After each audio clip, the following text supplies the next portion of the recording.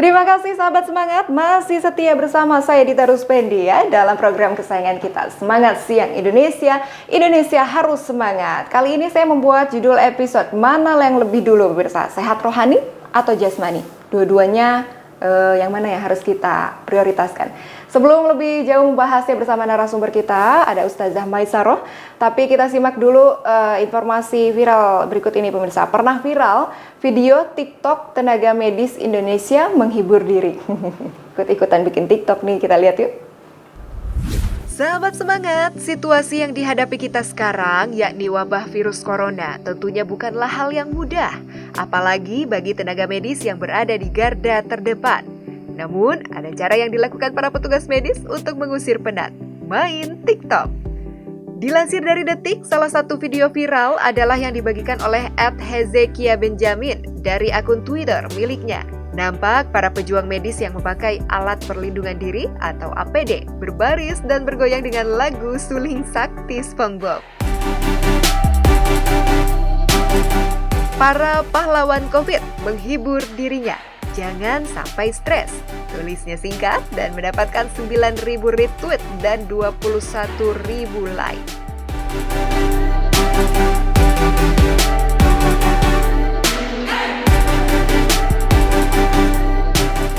Selain itu, ada juga video viral yang dibagikan seseorang dengan akun @kenmiriam. Nampak sama, video tersebut berisikan tenaga medis yang memakai baju hazmat dan bergoyang. Ada-ada saja ya. Yang pasti, yuk kita doakan agar para tenaga medis di tanah air dan di seluruh dunia tetap diberikan kesehatan. Selain itu, dengan menunjukkan kepedulian kita terhadap situasi pandemi ini melalui pelaksanaan protokol kesehatan guna menghentikan penyebaran virus ini, secara tak langsung akan meningkatkan semangat para medis untuk berjuang. Semoga badai COVID-19 cepat berlalu ya, sahabat semangat.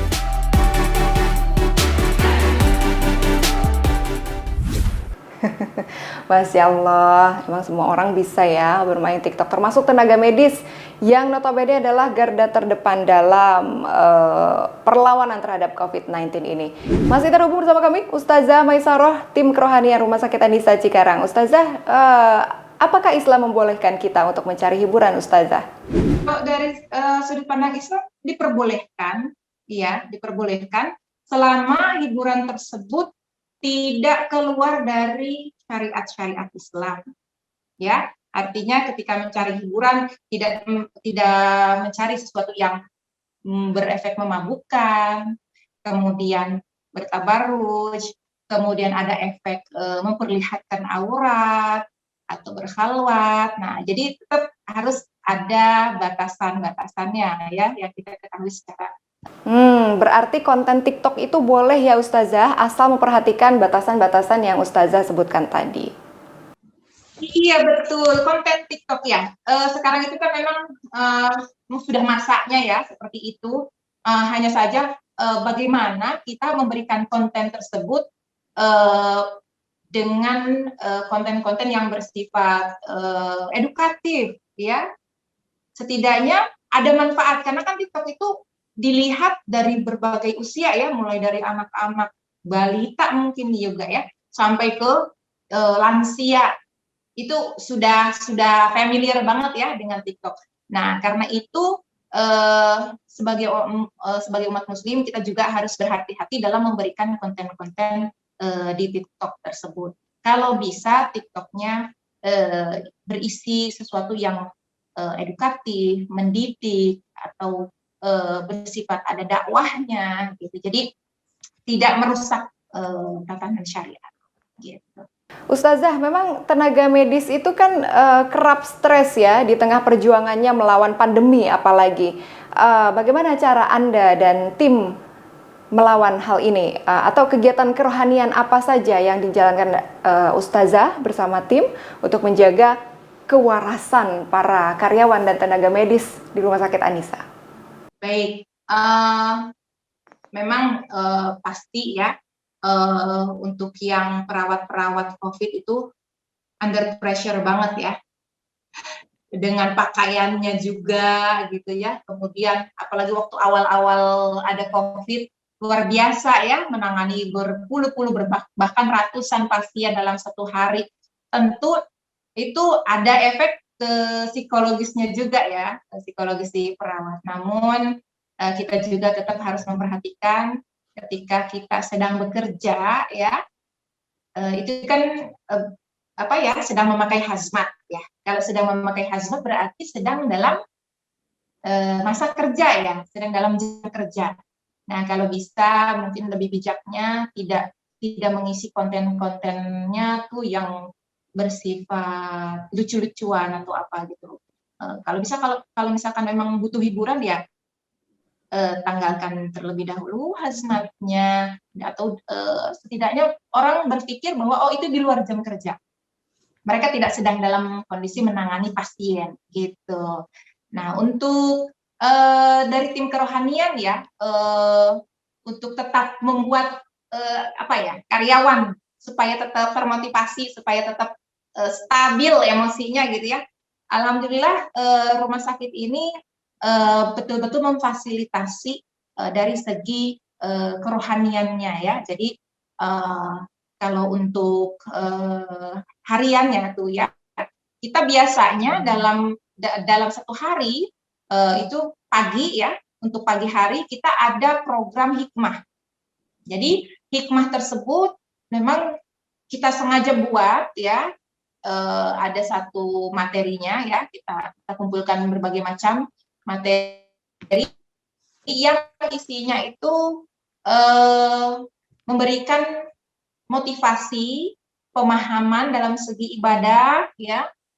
Kemudian juga di dalam hikmah tersebut ada isi nasihat-nasihat agar karyawan tetap tetap fokus terhadap pekerjaannya, kemudian tetap ikhlas, tetap bersabar dengan segala kondisi apapun gitu. Nah, setelah hikmah kita ada pembacaan surah Al-Waqiah. Nah, itu setiap hari ya, setiap hari, setiap pagi. Kalau untuk yang di keperawatan biasanya itu jam 7 sampai setengah 8. Kalau untuk yang di office-nya itu biasanya kita mulai dari jam 8. Jadi setiap hari kita isi seperti itu. Kemudian juga setiap minggu ya, setiap hari Jumat kita juga mengadakan pengajian rutin. Gitu. Jadi ada kajian rutin di hari Jumat, yaitu kajian yang diisi oleh ustadz-ustadz yang kita undang ya. Dalam satu bulan itu kita undang 4 ustadz per minggunya, jadi bergantian gitu. Jadi kita lebih banyak menimba ilmu dari berbagai macam ustadz ya. Jadi setidaknya itu bisa membuat keilmuan atau keagamaan dari para karyawannya naik. Ya, itu yang memang kita inginkan itu ya. Jadi supaya karyawan tersebut tetap dalam kondisi yang stabil gitu ya.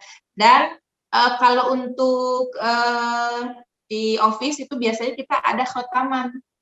Ya, khotaman itu menghatamkan bacaan Al-Qur'an dalam satu hari itu.